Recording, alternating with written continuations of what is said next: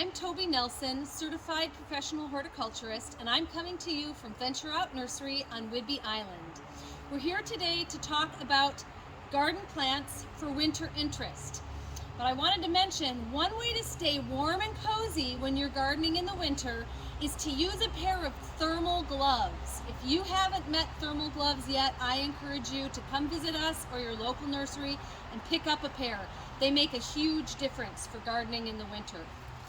Okay, so now on to the plants. Winter does not have to be boring in your garden.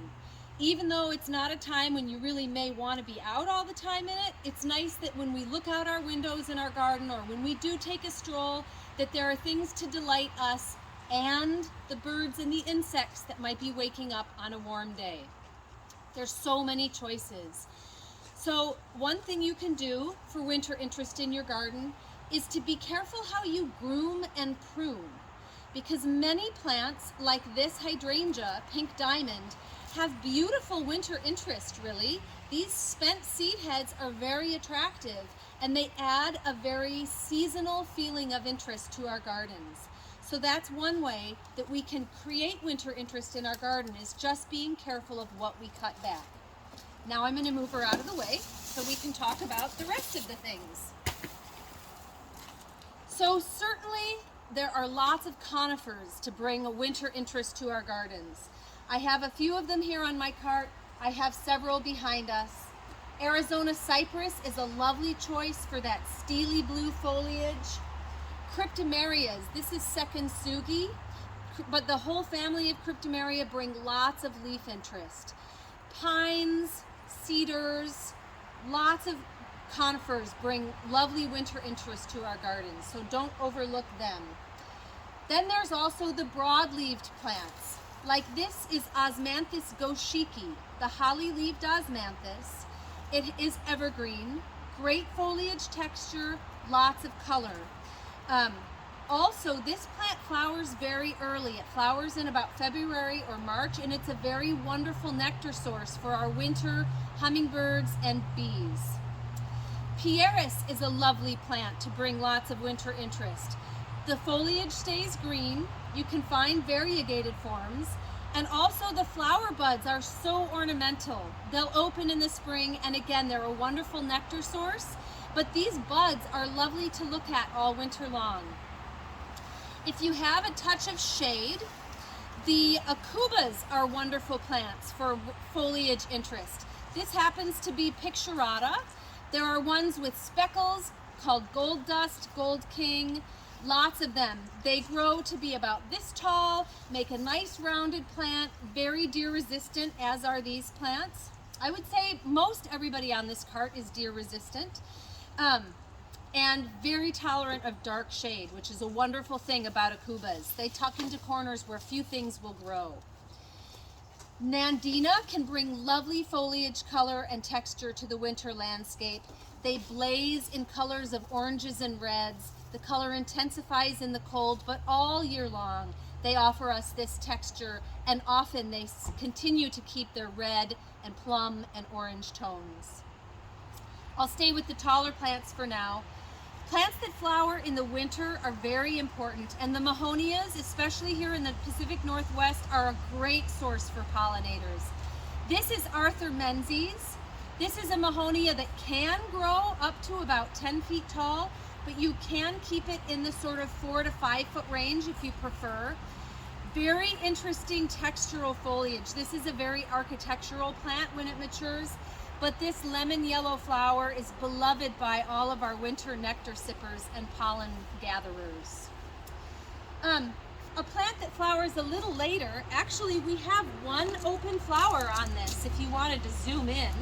This is a witch hazel. So these guys like a swampy soil. Look at that interesting red spidery flower. These guys like a moist soil. They get to be quite wide and quite tall. I would say probably 12 to 15 feet tall and wide. When they do have their leaf, it's a big wide leaf, so really coarse texture and incredible fall color. So a really good one to include in your landscape for fall color. And then you'll notice the flower is a bit demure, so it's good with a nice solid green backdrop behind it so those flowers really sing. Depending on the cultivar, this is Diane, so she's that reddish color. There's oranges and bright yellows also, so pick your flavor. They often bring a nice fragrance on a slightly warm winter day. That fragrance of witch hazel can fill the air. Another fragrant winter plant would be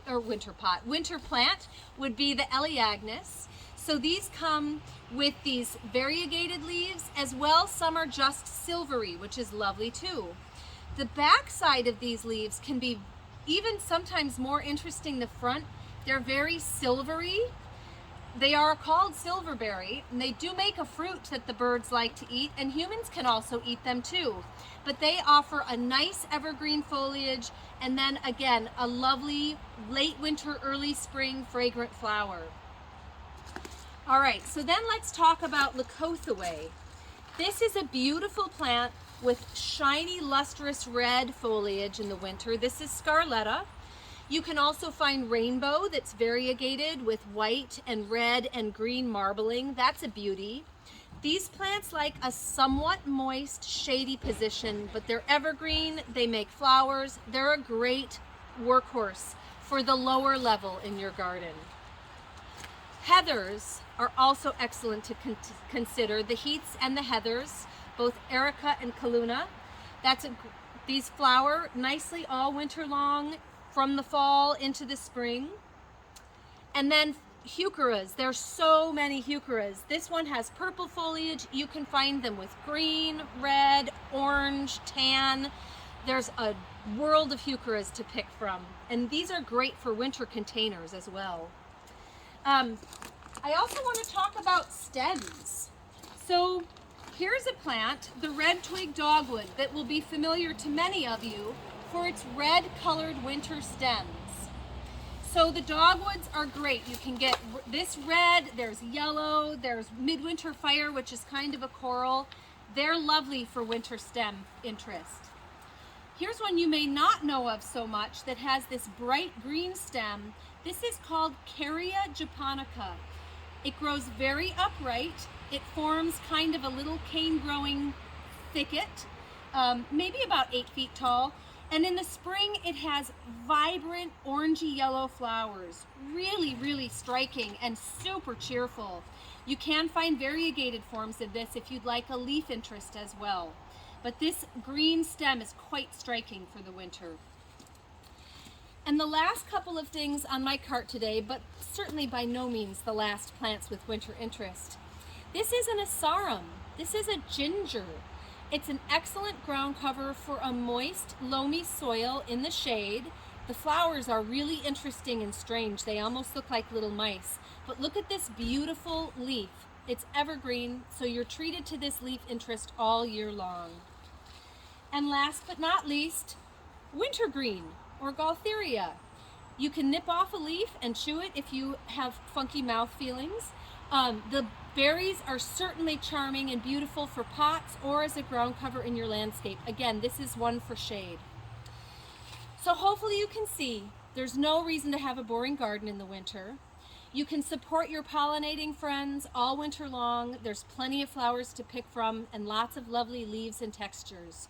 So go out to your garden, find an empty spot, and shop your local nursery for something lovely. Thanks so much for watching. Bye.